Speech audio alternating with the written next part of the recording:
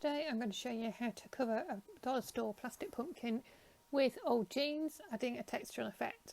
First you're going to cut a length of denim off your trouser leg, the height of your pumpkin. I'm just going to trim the seam out here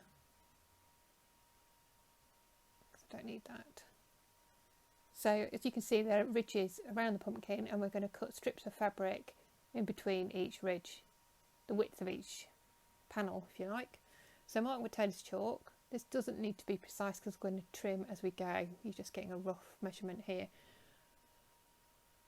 So once you've got the measurement for one panel, just cut out as many as you need, the same size. As I say, this doesn't need to be precise. You can just work it roughly because we will trim later. So cut out as many as you need.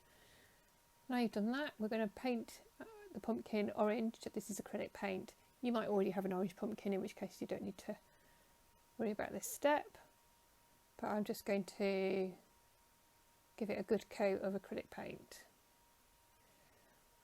I'm not going for exactly the same colour all round, just so there's a slight variation peeping through the denim when it's all finished. So there we go. I'm going to set that aside to dry, and then whilst it's drying we can work on our denim strips.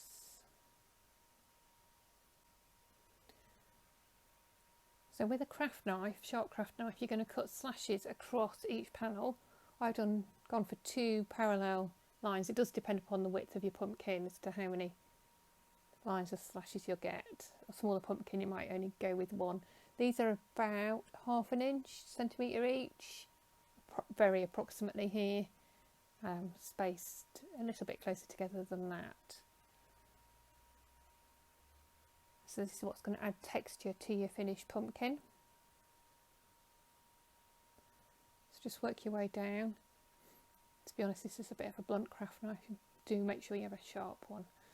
Then we're going to work on those cuts to make them frayed. So I'm just using a washing scrubber really, just to fray those edges. Now you can put it in the washing machine, but be warned, frayed edges can potentially block your filter, as my husband regularly reminds me. So once you've done that for all your panels, we're going to glue them one at a time onto the pumpkin. So I'm using fabric tack glue because that adheres plastic and fabric really well, but you could use glue gun, Mod Podge, it's up to you. I do like fabric tack because it dries really quick. So I'm placing my frayed cut edges centrally down the middle there, and then I'm going to trim. So you'll have noted that I only glued the piece of pumpkin I wanted this denim strip on, which makes it really easy to then trim.